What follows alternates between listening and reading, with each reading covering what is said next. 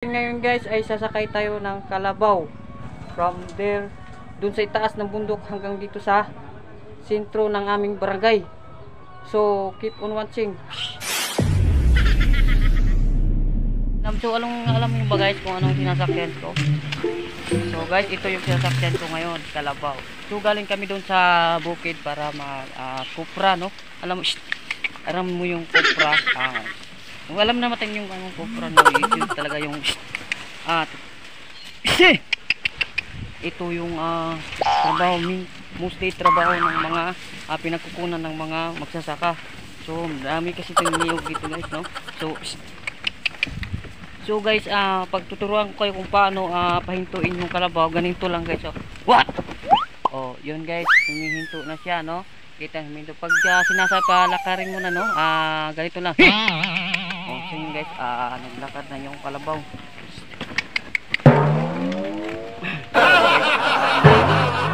10 kilometers pa natin puntahan yung ating destination, no?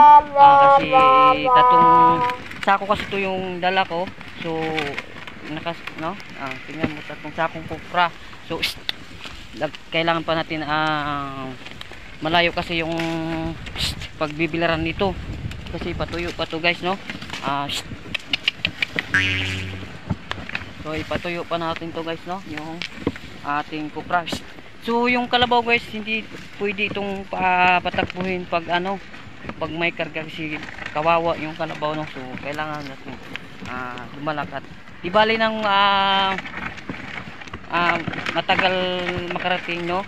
Basta yung kalabaw hindi yung mabigatan yung kalabaw, no? So respect to the guys, susunod natin sumakay sa likod ng kalabaw, no? So what? So ngayon guys, sasakay tayo sa likod ng kalabaw.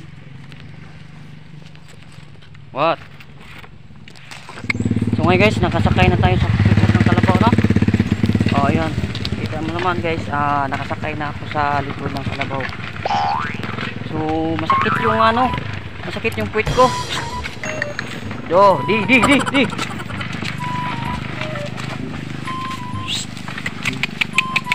So mahirap talaga magsakay sa likod guys, no? Oh, masakit. Oh, what? So ngayon guys, bababa na naman tayo.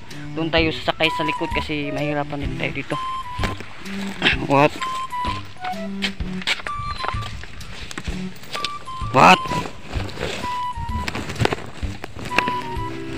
Stay.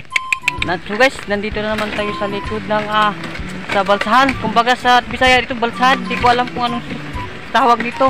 Ayun. So nandito na tayo banda sa may siminto na daan, no? Malayo talagang pupuntahan natin guys. Sinabi ko na nga 2 hours bago tayo makarating sa ating pupuntahan.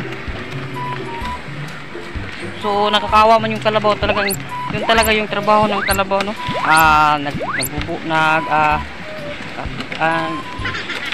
Ganyan talaga yung trabaho ng kalabaw. Nag-aararo, hindi lang sa nag-aararo. So ngayon guys, umiihi na yung kalabaw. Nakita mo naman guys, umiihi na yung kalabaw, no? Parang nabigatan na siya. So nag-umiihi na. So ngayon guys, talaga nakasakay tayo ng kalabaw, no? So paakyat na tayo, no? Maganda naman yung daan dito sa Sibiltado. So guys, mayroon na tayong pasahero, no? Sasakay sa akin. Ayun, mayroon na tayong pasahero. Sana magbibigay ito ng pera. So ayun guys, paakyat tayo, no? Nahihirapan yung kalabaw. Tingnan mo, nahihirapan yung kalabaw. So ano kaya guys kung ganito tayo, buhatin natin ng ganito kadami, kaya natin, no? So yung iba siguro kayang-kaya nila. So mabigat talaga tong yung dito guys, sa isang sako 50 kilos, no? O tatlong sako to, may dala yung kalabaw ng 150 kilos guys, na. So ganito talaga dito sa probinsya. Guys, ganito ang hanap buhay. So saka pag mayroon din niyog dito rin sila kupra ito. So guys, mayroon ng mga nadaanan natin mga bahay dito, no? Ayan, kita natin na mayroon ng mga bahay natin nadaanan, no? So talagang ano guys, grabe, nakakawa yung kalabaw dito guys.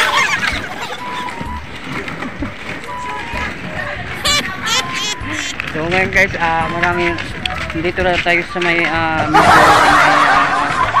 daan ng Abunite. Abunite video ko. Uy, what? Tangin.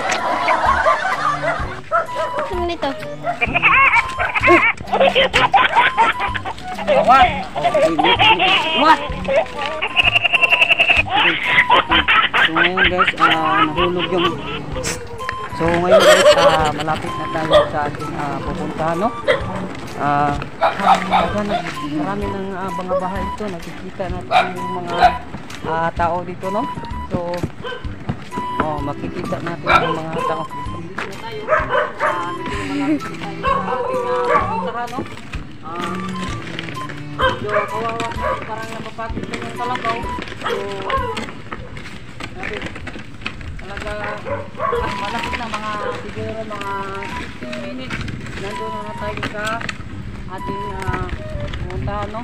So medyo makikita na natin yung ating pupuntahan guys, no? Makikita natin yun, makikita natin yung sasakyan, no?